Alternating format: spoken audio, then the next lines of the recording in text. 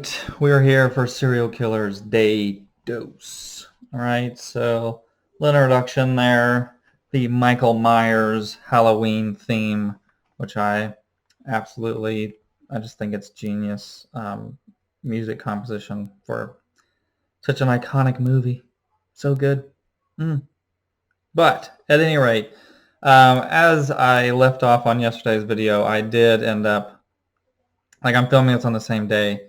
I did end up just looking at it when I'm not on a camera, and I'm like, wow, it's actually pretty obvious what's going on with these charts. So N equals 2,624 is the number of kills, and of the kills, white peeps, serial killers, killed 51.9% of that number. Blacks killed 40.5% of that number. Hispanics 6.1%, Asians 0.7%, and Native Americans 0.8%. You include national, U.S. and international number of 3,977, and the United States makes up 55.8% of that. Not United States. White people make up 55.8%, 30.3%, and African or Black. It wouldn't be just African American because it's not just America. Duh. But as you can tell, it really is. I think part of that is because Native Americans are such a small percentage. But yes, you can notice that Asians are pretty. If you're Asian, you're pretty much guaranteed not to be a serial killer, as you'll find out.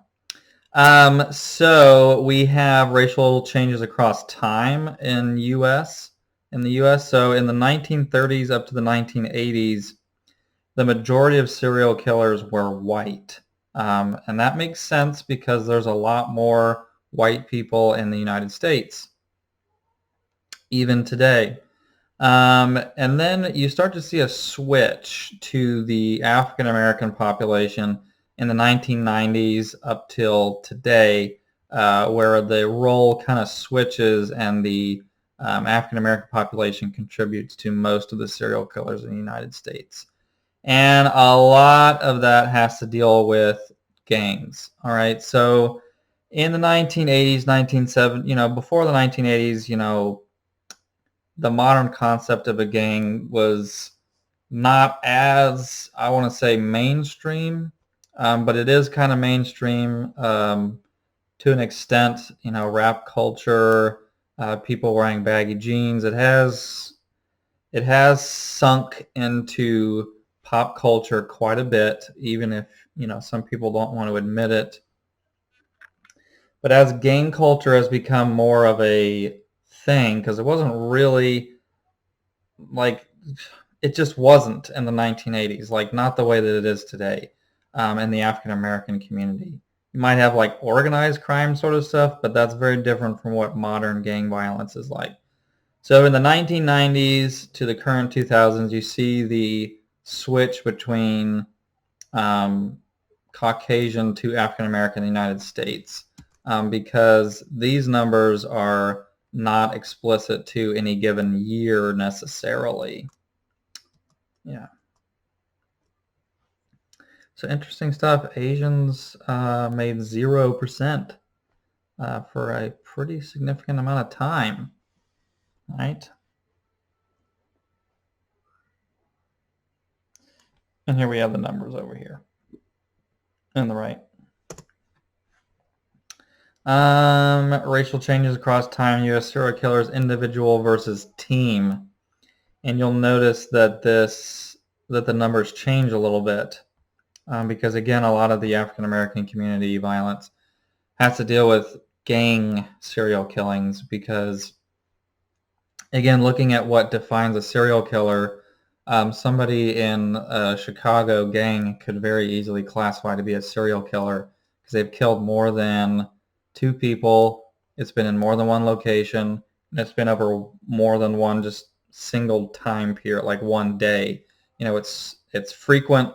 There's multiple people involved, and it's in different locations, and there's usually a cooling off period as well. So it technically classifies it as a serial killer. Now, that to say, it's not that all serial killers that are African American are associated with a gang. That's certainly not the case, but I think that's why their numbers increase in recent decades, because that gang culture has become a lot more predominant since the 80s.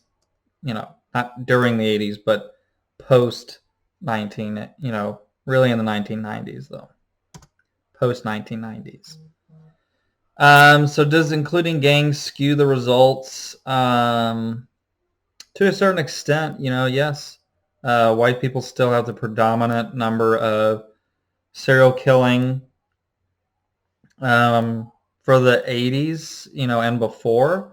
But whenever you include non-organizational, aka non-gang, then it goes to white people for the 90s as well. But the current 2000s, 2010s still go to the African American population, even without including gang violence and gang serial killings. So, it is predominantly, and the numbers are actually pretty close. I mean, it's pretty much split just about evenly, but it is getting more extreme, as you can tell, as time goes by. So yes, for the 1930s, the 1980s, yes, your typical serial killer, if you're just looking at, racially, not, in associated with sex, it has been white males for the majority of time in America, but we're seeing that that's changing. Serial killers is a white thing, 1990 to 2015 ratio of race. Serial killers, 37.5% white. Percent of total serial killers in U.S. Percent of U.S. population. So in these years, the white population made 69.5% of the population, but make up 37.5% of serial killers in the United States. And the African American population made up 12.2% of the U.S. population on these years, 2010 census, but made up 51.8% of all serial killers in the United States. So that to say, again, that we're noticing a trend of it being decreasingly less of a Caucasian exclusive thing and being much more dominant in the African American community. And, also notably the Hispanic community as well. But Asians, again, you're pretty much immune to this. So the IQ of a serial killer, our database, you can see the mean, median, and range of the IQ of serial killers. Of 256 serial killers who took IQ test, the mean was 94.6. Number of kills, the percent of those. Well, I'm going to skip those stats. I don't think they're really all that important. It gets into it later. You can see different forms of killing. Are IQ scores reliable? You can fake being dumb, but you can't fake smart. And I think that's very true, actually. You can fake, pretend, play dumb, if you will, although some people aren't very good at it. But you can't fake smart. So I think that people scoring lower than 70 cannot be, well, this guy says they can't be executed. So, you can't, they could be faking the IQ scores so that they won't get executed, is what he's saying. So maybe they're not super reliable, because if they know, hey, if I score below a 70 on the IQ test, then they can't put me on the death row. They might intentionally throw the test reliable. But then again, I think a lot of the IQ tests are pretty geared to where you are pretty geared to decide that you're not, well, to where you couldn't fake being dumb. But I don't know. I've never really taken on an official IQ test, so I can't speak to that. David Leonard Wood in 1977, age 19, scored 111. As you can see, by 2011, he scored a 75 at age 54 to get the death sentence appealed, and so that he wouldn't have to be killed.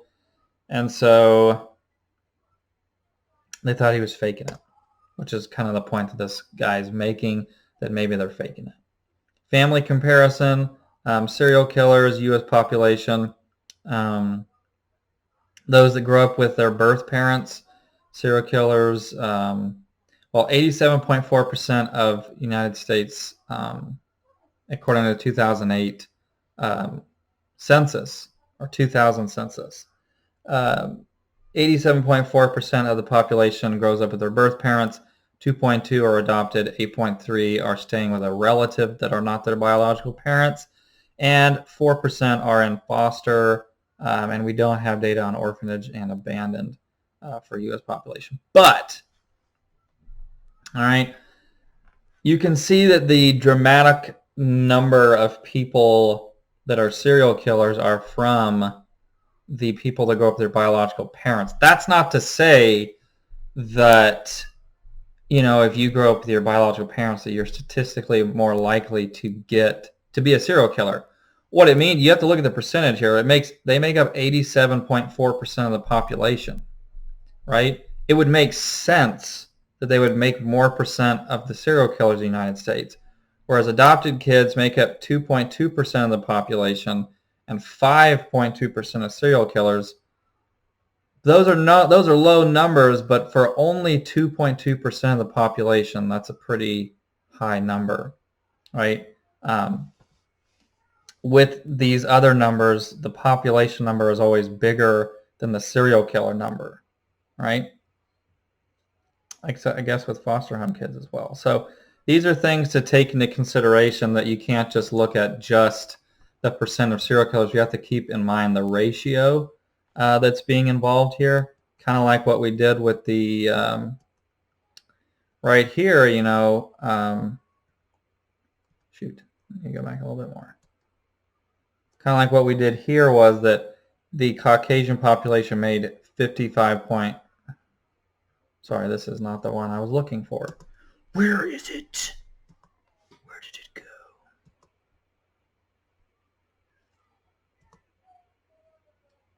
go? Okay, here it is. So Caucasians made up 69.5% of the population, but only 37.5% of serial killers.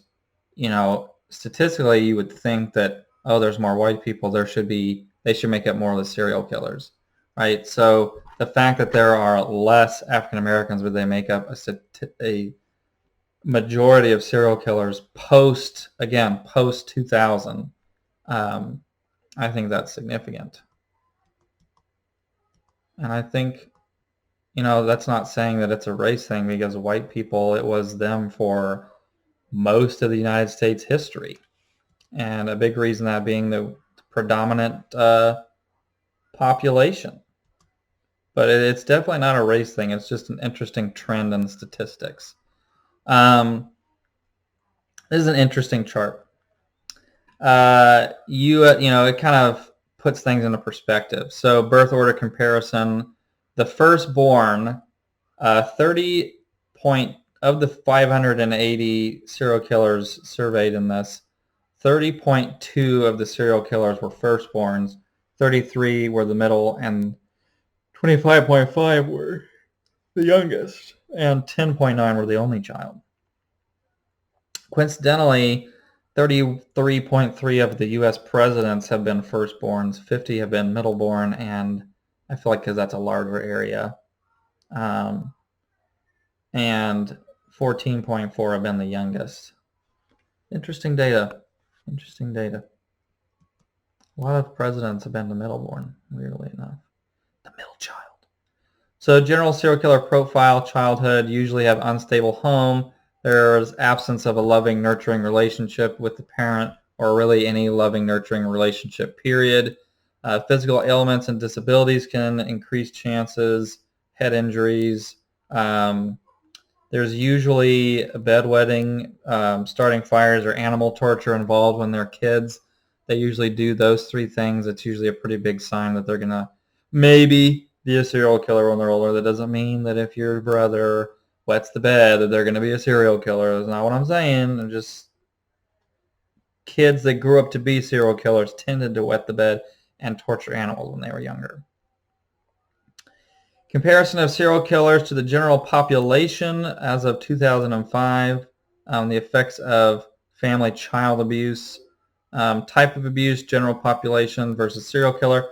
So 6% of the general population claim to have experienced physical abuse, 3% sexual abuse, 2% psychological, 18% neglect, 6% other, and 70% none. I don't know if that equals 100%, but I don't think it does. But it doesn't always have to. Serial killers, 36% of them reported having physical abuse. 26% report having sexual abuse. 50% report having psychological abuse, and 18% with neglect. No abuse reported would be 32% of serial killers. So here we're going to get into some of the specific people. A strange way to raise a child, Gary Heidnik. 3-year-old didn't clean room properly, so his father hung him by his feet out of a third-story window. So these are some examples of maybe some of like what their childhoods looked like. Henry Lee Lucas, 3-year-old, at the age of 3, his mother forced him to, okay, we're getting into a little bit of somewhat graphic stuff. His mother forced him to watch her have sex with strangers as a 3-year-old. As a 7-year-old, his mother made him go to school dressed like a girl. His mother beat him when his teacher gave him a pair of shoes. She probably was embarrassed because the teacher probably thought they were poor.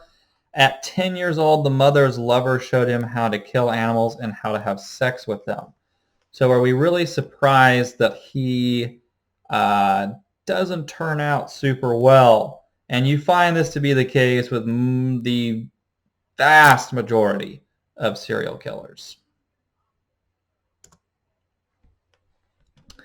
All right, so here we have Danny Rolling at 6 months, 6-month-year-old, a little bit older than Henry. His father kicked him into a wall. At 1-year-old, his father beat him when he crawled funny. At 6 to 8 years old, his father beat him twice a week.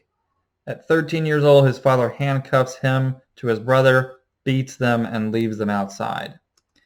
So a lot of these serial killers you're going to notice have very traumatic childhoods. At 1 year old, the father of Robert Garrow made him kneel for hours in the corner. At age 2, his mother split his head open with a crowbar during one beating. At 5 years old, he was knocked unconscious when his mother hit him in the head with a piece of wood. Blunt force trauma to the head. At 6 years old, he was beaten unconscious by his father and made to wear his sister's bloomers out to play outside. So those are just some examples of that most of the ginormously vast majority of these people have not had the best childhood. A lot of times it comes from a bad childhood. Again, Sigmund Freud's psychoanalysis theory seems to show some significant legitimacy. So most serial killers have a criminal history preceding their serial killing. 84.7% have previously been arrested. 76.8% have spent time in jail or prison. Or in prison. Many received prior psychiatric treatment. They've seen a psychologist.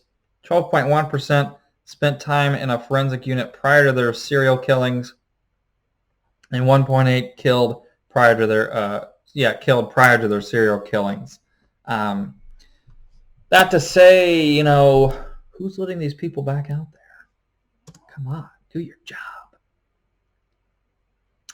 So the victims of the U.S., the average age of victim in the U.S. is 33 years old.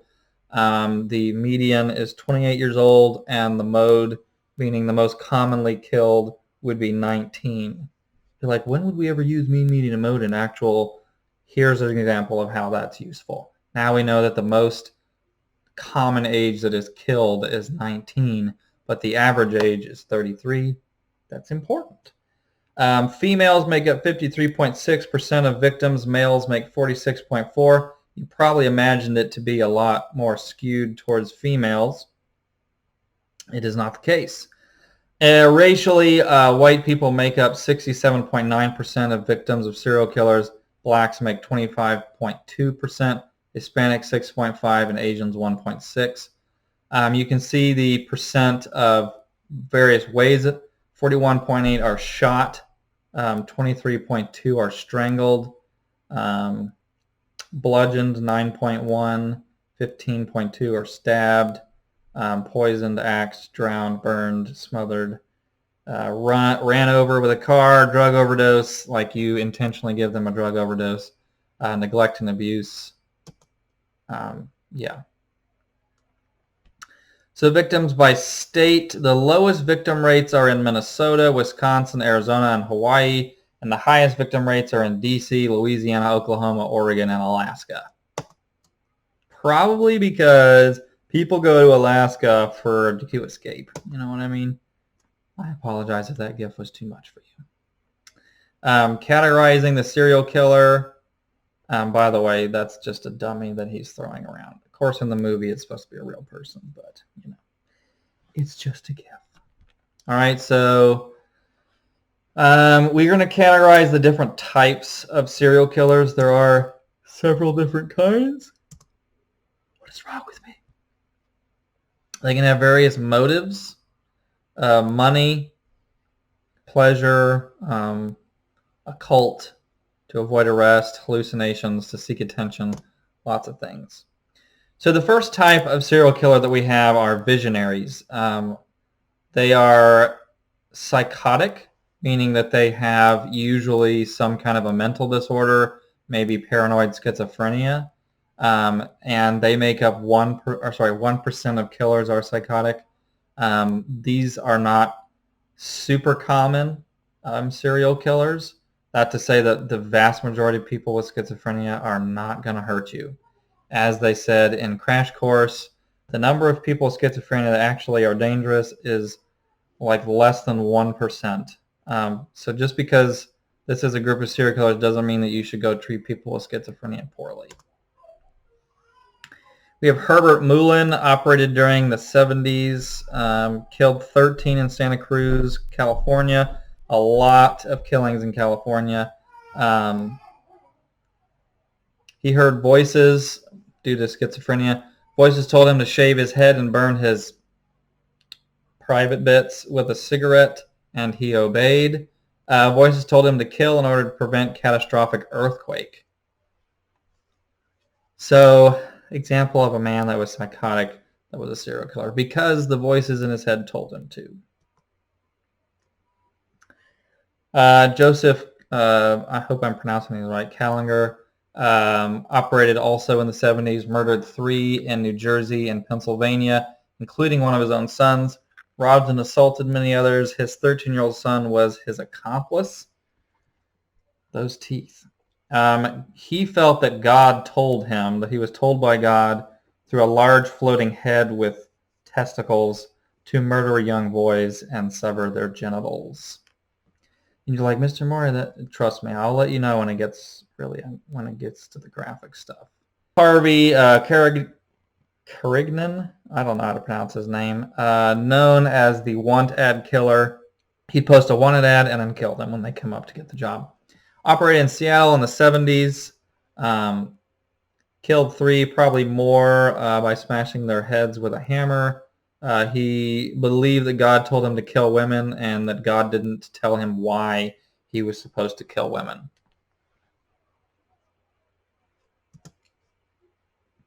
Okay, the next type of serial killer is missionary. And these are serial killers that predominantly feel that they need to clean up the world, that they need to eradicate the scum and whatever they deem as sinful even though it's usually very ironic because they're usually actually very sinful people other than just killing.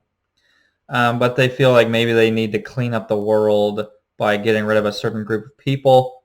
For example, Joseph Franklin killed interracial couples and African Americans because he felt that it was his mission to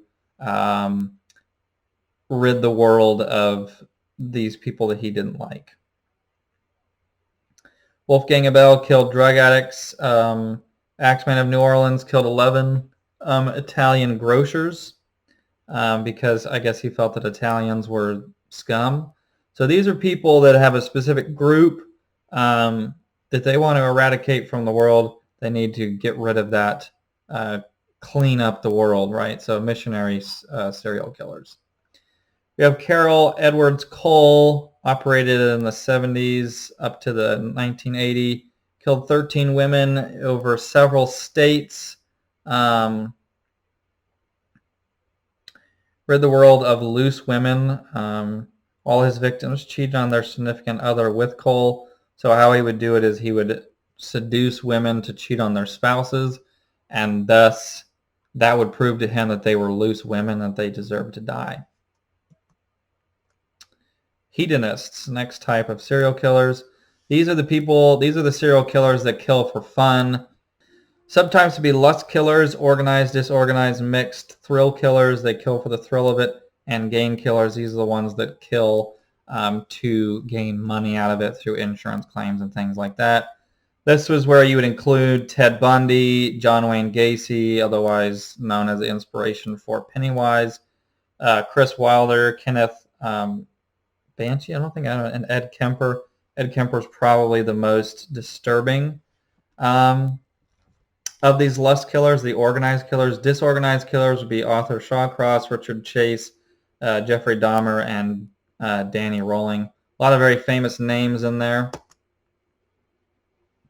First, we have Black Widows. The crime: kill husbands, lovers, or relatives for financial gain.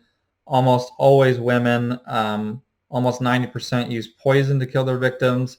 Examples of this would be Diana Lambrera killed 6 children, her own children, for the insurance claim. Nanny Hazel Doss killed 4 of her husbands. She got remarried a lot, I guess, and she didn't get caught. I've been married 3 times. They all died. Oh, you want to get married? No. 2 sisters and a mother. Hit her mother. Lydia Trueblood, and you'll notice that these are all females, killed 4 husbands, 1 child, and a brother-in-law. Amy Gilligan killed 5 husbands and several patients. She was a nurse. That to say, gentlemen, choose your wives very carefully. All right, hedonists, gain killers, cost cutters. Crime they killed to save money. Joseph Brigham killed 12 ranch hands, his own employees, when their pay was due so that he didn't have to pay them. Fed the people to his prize-winning pigs. George Grossman killed over 50 people and put the meat into his hot dogs. Then we have Joe Ball, who I believe is the one that fed certain people to his alligators, but I could be incorrect. Right, yes, so he is. So Joe Ball operated a kind of like a hotel-ish tavern thing in the 1930s. He killed at least 5, but probably 14 waitresses at his tavern, the Sociable Inn in Texas. And in order to dispose of the bodies, he threw them into a pit of 5 alligators that he owned in the back of the tavern. He would also have people come and pay money to feed cats and things to his alligators. It was a big attraction. That was one of the attractions to get people into his tavern, was his alligators. Lethal caretakers, these are essentially nurses because they are typically females or female doctors, but typically nurses that kill patients. Dorothy killed 7 elderly to cash their Social Security checks. Antoinette killed 12 elderly patients so that she could take their assets. Anna poisoned 5 elderly men that she cared for to get their insurance. Power seekers. Kill to exert power over strangers and to feel powerful. This would include Ted Bundy, David Berkowitz, Angelo Buono, I might be mispronouncing his name, and Ed Kemper. Angels of death. Usually women. These are also typically nurses. They kill patients out of feeling power and control. One, Janine Jones, as a nurse, killed between 11 and 46 babies by injecting them with a muscle relaxant. Terry Rachels, I don't know, killed 9 patients through injections of potassium chloride. David Harvey is an example of a male angel of death. Gwendolyn Graham and Catherine Wood are other examples.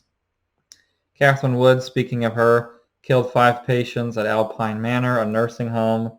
The initial plan was to spell murder with the first letter and the last name of each victim. So each victim, the first letter of their last name, the first one would be M, next would be U, right? Graham did all the killing and Wood kept watch, right? So these 2 nurses were in cahoots together. Next, we have Bluebeard killers, males who kill their spouses. Johann Houch, Henry Landru, Harry Powers, Harry Potter, James Watson. Henry Landru romanced more than 300 women out of their money during the 1900s in France. Ran personal ads to meet his women, married and killed 10 of them, and put their bodies in an oven to dispose of them. That is really messed up, Henry. Dang. Lethal caretakers. The crime killer hurt others in order to be admired for curing them or to get sympathy for the death of a loved one, mostly females. Beverly Allitt injected insulin and potassium into 26 children. 4 died and 9 had irreparable brain damage over a 58-day period. Martha Wood caused 27 respiratory attacks in 9 children, resulting in 7 being killed, and 3 were her own children. Revenge killers. They kill for revenge. It's really that simple. Martha Wise killed 3 family members opposing her marriage. Ellen Etheridge killed 4 of her 8 stepchildren because she was jealous of the relationship with her husband. Holy cow. Martha Johnson, she had 4 fights with her husband, and after each fight she would suffocate a child out of revenge. She suffocated them by laying on them, and she weighed 250 pounds. This is take 2 because I couldn't handle the first one all the way. This is kind of my response to that right here, the 250 pounds thing. Antisocial personalities, something that a lot of you did not pay attention to during the personality disorder thing. Antisocial personality disorder does not mean that you are antisocial. Good grief, you guys. I'm not going to lie. The last 2 weeks, you guys have stressed me out a lot. All right, pattern of irresponsible and harmful behavior, lack of conscience, ignore social rules and laws, impulsive, failure to learn from punishment. Examples would be gang members and criminals that kill for no reason. These are people with antisocial personality disorder, which again is not you being afraid of social situations. It is you having a lack of remorse and conscience of hurting other people, falling under the categories of psychopath and sociopath. Let's skip these charts. So we're going to get into the actual serial killers, and just a warning, please think wisely about if selecting a serial killer for your essay topic is the right choice for you. The behavior of these people by their nature are excessively disturbing and often grotesquely sexual. It is at this point in the lecture that I would ask that if you have been uncomfortable with the level of detail I've gotten into so far, this is where you need to drop off. This is where you do not need to watch, all right? So just send me an email that you were not able to finish the lecture, so that I can keep that in mind during my grading, right? So yeah, this is where things are going to get graphic, but before anything gets super graphic, I'm still going to give you a lot of warning. But that to say that everything beyond this point is graphic, but there are some things that are more graphic. So if you feel like maybe you can handle it, maybe watch the first couple, and if it's too much for you, maybe, do what I suggested. But again, I know you guys, so like I'm going to know if I would be surprised about it. Like if it's like some of you guys, I wouldn't be surprised if you weren't able to finish this. But some of you, I might suspect that you're just wanting to be lazy and not actually learn about them. That to say that I might ask questions. I'm not saying I would make you watch it, but I would encourage you to watch it. It is educational. These are all potential essay topics. All right. First, we have Charles Albright from 1930. Sorry, he was born in August of 1933 as an American killer from Dallas, Texas. The victim was Mary Lou Pratt, 33, a Caucasian well-known sex worker, aka prostitute, in the Oak Cliff neighborhood of Dallas. Was found dead wearing only a t-shirt and bra. She had been shot in the back of the head with a .44 caliber, as well as being badly beaten. The medical examiner reported that the killer had removed both of her eyeballs with surgical precision and had apparently taken them with him, because a lot of these people take totems or trophies as like symbols of their trophies of their exploits. So here we have a picture of the removed eyes. Rodney Alcala, located in California. This guy was called the dating game killer. He photographed and collected more than 1,000 photos of women in sexually explicit poses. He toyed with his victims, strangling them until they lost consciousness, then waiting until they revived, sometimes repeating this process several times before killing them. If you choose Rodney as a essay topic, just know that his behavior is extremely disturbing and that there are a lot of pictures because he photographed a lot of things. So just be aware of that. That's my warning to you, doing him as an essay. Kristen Gilbert was a nurse in the American serial killer who was convicted of 4 murders and 2 attempted murders of patients admitted to the VAMC in Massachusetts. She induced cardiac arrest in her patients by injecting them with some intravenous therapy bags with massive doses of epinephrine. Basically, she got her patients to have cardiac arrest so that she could save them and feel like she was important. She would then respond to the code emergency, often resuscitating the patients herself. So she would induce these cardiac arrests in her patients and then save them as some kind of a thrill and feeling of like being a savior. And a lot of times, sometimes they wouldn't live. Joe Ball, already talked about him, guy that fed people to alligators. He disposed of bodies via feeding them to 6 pet alligators down there in Texas, right, in the 1930s. Next, we have David Berkowitz. He's a very famous serial killer. I should know how to pronounce his name, but I don't. Son of Sam, or a .45 caliber killer. He killed many people in the New York area in the 70s with a .44 caliber gun. He confessed to all of them and initially claimed to have been obeying the orders of a demon manifested in the form of a dog belonging to his neighbor Sam. So a dog named Sam, possessed by a demon, told him to kill a lot of people. Yes.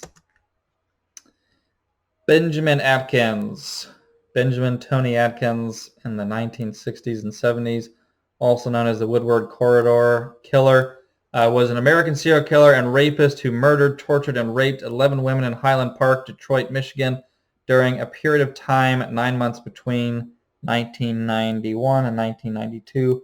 All victims were found in vacant buildings. All had been raped and strangled. Many of the victims were working prostitutes, and he said that he was motivated out of a hatred for prostitution.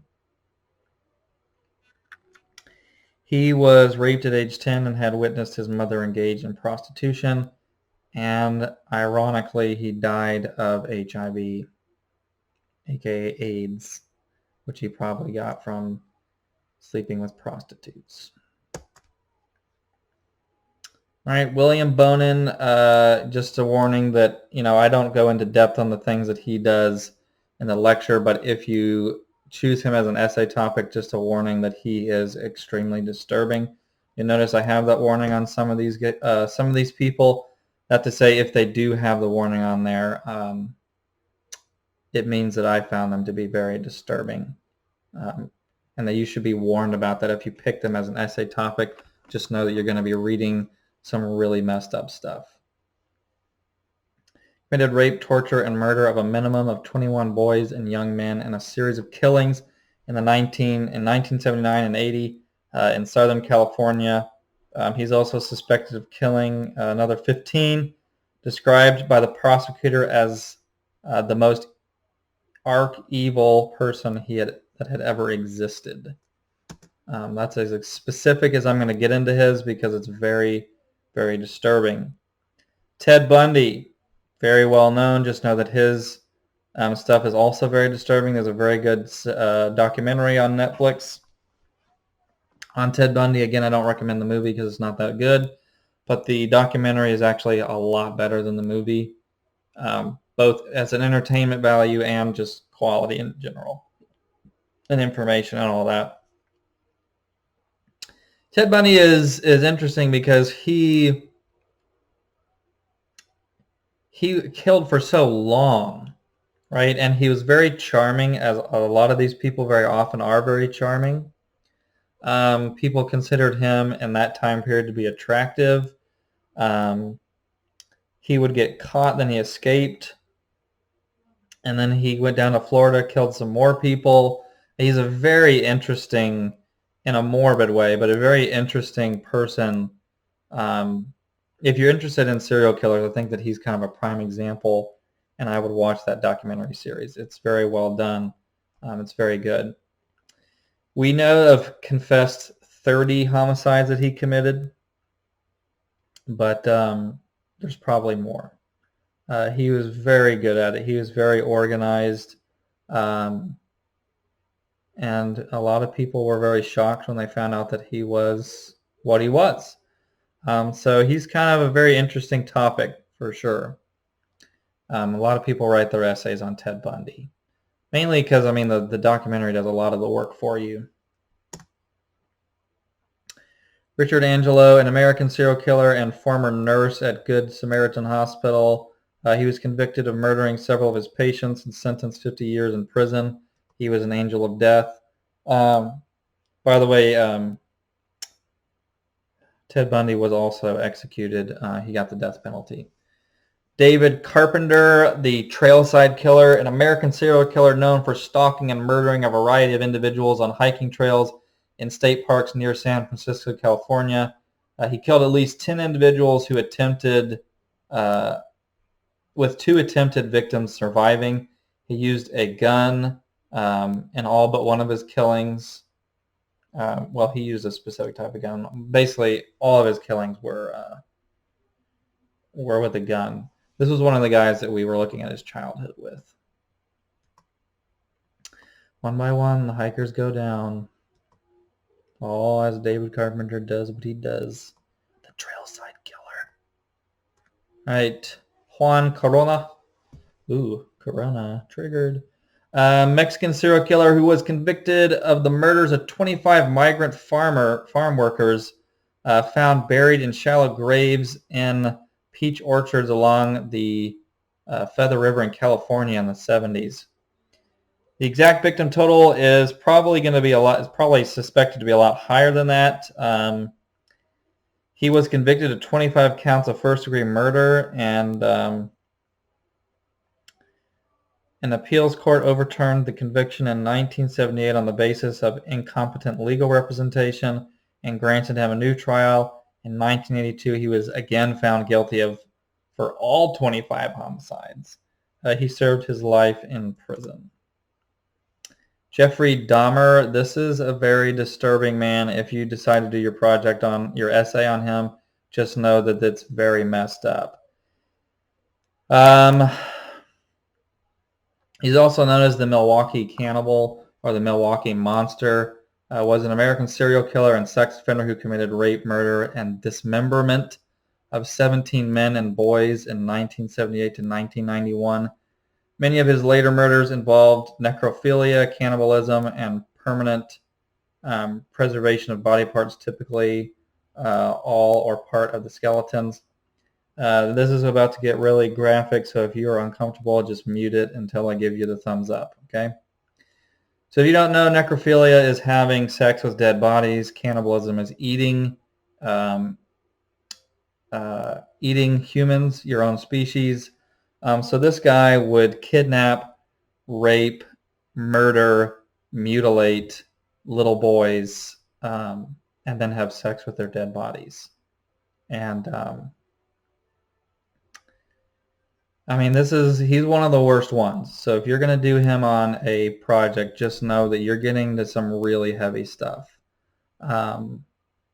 Like whenever I made this PowerPoint, I did it all in like a 2-day period, and I'm not ashamed to admit that it made me cry. Like, researching these people on a one-on-one basis, like just doing an essay on one person, would probably be fine.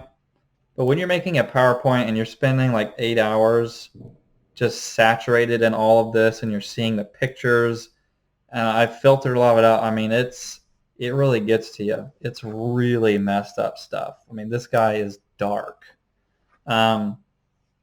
He was diagnosed with borderline personality disorder, schizotypical personality disorder, and psychotic, aka antisocial personality disorder.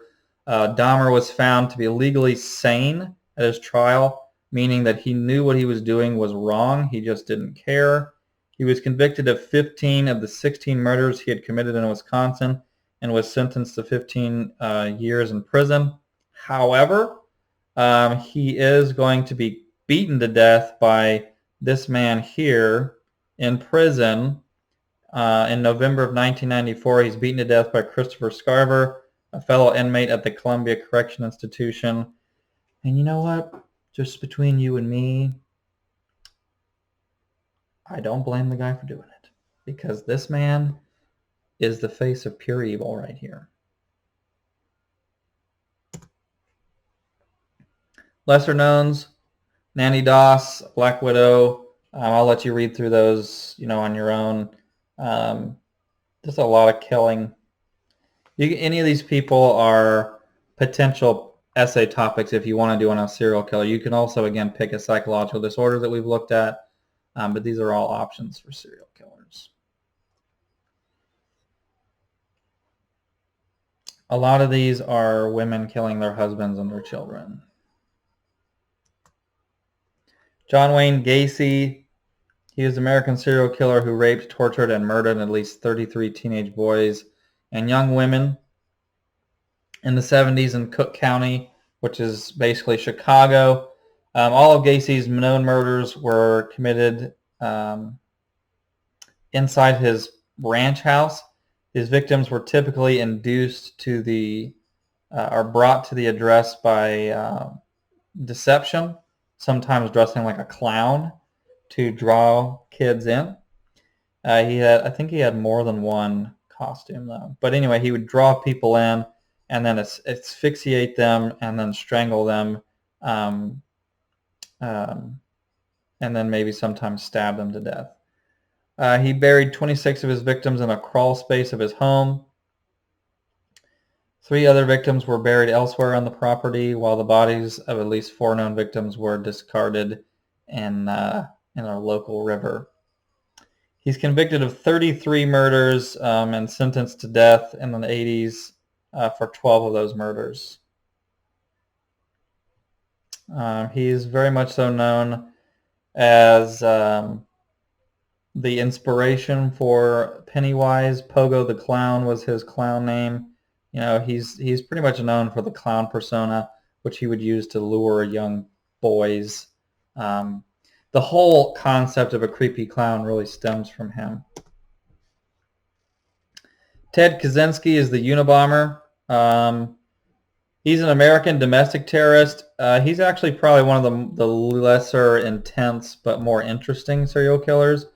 He was a former professor in mathematics, and well, one day he just decides that he's going to kill people, you know.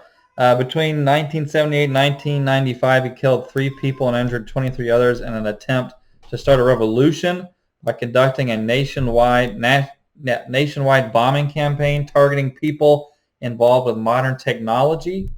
In conjunction with this effort, he issued a social critique opposing the industrialization while advocating for a nature-centered form of anarchism. So he really is a guy that's considered a serial killer because of the number of people that he killed and the amount of different times that he did it. Different location, different time, different people. But he's really an eco-terrorist. So he's kind of an interesting guy. Wayne Williams, African-American murderer, serving life imprisonment for a 1981 killing of 2 adult men in Atlanta, Georgia, and believed by police to be responsible for at least 23 of the 30 Atlanta murders from 1979 to 1981. He denies these. He's never tried for the child murderers and continues to maintain that he's innocent. But since he was taken away, there have been no similar killings of young black men. So you tell me, the guy gets away, those types of murders stop happening. You tell me if he's guilty. Spoiler alert, he is. Gary Ridgway. Not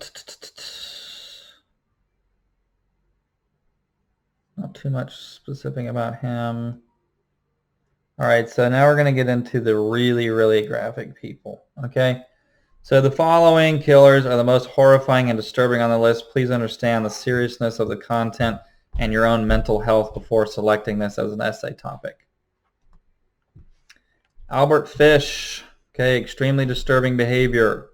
An American serial killer, child rapist, and cannibal. He was known as the Gray Man, the Werewolf of Wisteria, the Brooklyn Vampire, the Moon Manic, the Boogeyman. Fish was once boasted that he had children in every state, victims in every state, and at one time stated his number of victims was about 100. However, it is not known whether he was referring to rapes or cannibalization, nor is it really certain if he was lying or not. He was put on trial for kidnapping and murder. Just keep in mind that if you research this guy, that it gets very, very dark. All right, so if you pick him as a topic, just know that it gets really messed up. A lot of cannibalism, a lot of raping. All right, Richard Chase, another very disturbing figure. He's known as the Vampire of Sacramento. He drank his victims' blood and cannibalized their remains. He developed hypochondria from probably eating things he shouldn't. I often complain about his heart would occasionally stop beating. Or actually, a hypochondriac is someone that thinks they have a bunch of things wrong with them, but they actually don't. So he always thought something was wrong with them, and he thought to fix these issues with certain remedies, right? So he would hold oranges on his head, believing the vitamin C would be absorbed into his brain via diffusion.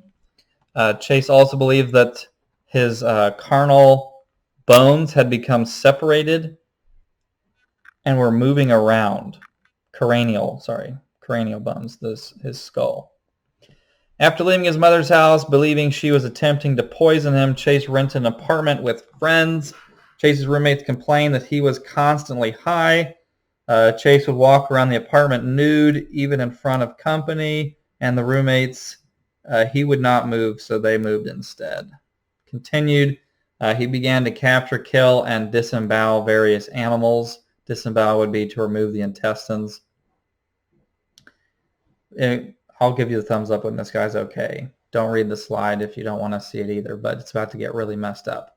All right, so I'll give you the thumbs up when it's good to go if you don't want to listen to this. He would take the entrails of the animals that he eviscerated and put them in a mixer, and he did do this sometimes with human remains as well, and mix the organs, the raw organs, with Coca-Cola in a blender and then drank the concoction. Chase believed that by ingesting the creatures, he was preventing his heart from shrinking. Chase spent a brief time in psychiatric ward in the 70s in 1973, but was involuntary committed into an institution in 1976 upon being taken to a hospital after injecting rabbit's blood into his veins. The staff nicknamed him Dracula because of his fixation with blood. He broke the necks of 2 birds he caught through the institution window and drank their blood. He also extracted blood from therapy dogs with stolen syringes. Chase's was promptly diagnosed with paranoid schizophrenia. After undergoing a battery of treatments involving psychotic drugs, he was deemed no longer a danger to society. He was deemed no longer a danger to society. What? And was released to his mother's custody. He later went on to kill people and ended up killing himself in prison. A lot more interesting information is out there if you wanted to do your essay topic on him. This guy's probably the craziest and most like bonkers of them. One story includes him handing a guard at the prison a bunch of mac and cheese, which he had been saving in his pockets. All right, so this guy, drinking blood, killing people, making intestine Coca-Cola shakes. Yeah. Ed Gein is the guy that the Texas Chainsaw Massacre is based off of. So if that's going to make you uncomfortable, I'm going to show you some images. So if you don't want to see those, don't look. And maybe keep the audio on so that I can tell you when the images are done. So I'll put the images on and then I'll talk about them once I take the images off. So close your eyes if you don't want to see this. These are, well, I'll explain what they are once I take them off the screen. But just take a good look at those. All right. And that. All right. So Ed Gein, you can look at the screen now. But if you don't want to hear the audio, then, but I don't think the audio is that disturbing, but that's up to you. Ed Gein was a guy up in Wisconsin that most of his victims were people that were already dead. He would dig up their remains and make furniture out of their skin and clothing out of their skin.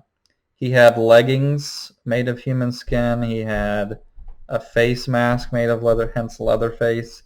He had a belt. Maybe this audio is disturbing. I'll give you a thumbs up when you're good. He had a belt of nipples and vaginas. He had a human skull for cereal bowl, like a bowl, soup bowl and all that.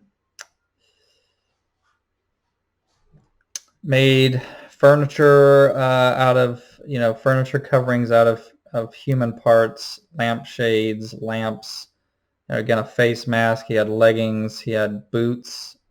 Lots of stuff made out of human skin. He did actually have a few victims, which were both female, and he did, rape them and then murder them and then use their body parts to make certain ornaments. All right, so Ed Kemper. Ed Kemper is probably the most disturbing of the serial killers. He's an American serial killer and necrophile who murdered 10 people, including his paternal grandparents and mother. He is noted for his large size at 6 feet 9 inches and for his high IQ. Kemper is also nicknamed the co-ed killer. The interesting thing about Ed Kemper is he's actually the guy that helped detectives in the late 90s or 80s, I don't remember which, but anyway, he helped detectives get into the mind of serial killers. Like, he was very arrogant about it. He would gladly tell about his exploits. He would gladly, tell the detectives, no, this is what they're thinking. Like, this is what a serial killer would be doing at this point. Like, he's a big reason why we know what we know about serial killers, because he's very open about talking about it and helping the police catch serial killers. He just kind of thinks that he's very arrogant and narcissistic. He thinks that he is, like, for him, it was a game for, like, how intelligent he is. Now, if you don't want to hear, this is the most disturbing audio for the whole PowerPoint. So if you don't want to hear this, turn it off until I give you a thumbs up, because I'm about to say some stuff that's really, really, like, really disturbing. Okay? So here we go. Ed Kemper had issues with his mother. His mother and him did not get along at all. And so not only as a kid did he torture animals and stuff, but when he was older, he knew his mother was very arrogant and that she liked people to look up to her. So for quite a number of his victims, he would cut off these females' heads and have sex with their severed head through the neck. And then he would bury the heads in his mother's backyard, where they would be staring up at her window, because he knew that he liked people to look up. She liked people to look up to her. So he'd put the severed heads that he had sexually, necrophilia kind of centered, raped these severed heads, and the necks as well of the attached body. He'd rape the body in multiple ways. And he buried them in his mother's backyard. And he ended up actually doing essentially the same thing to his mother.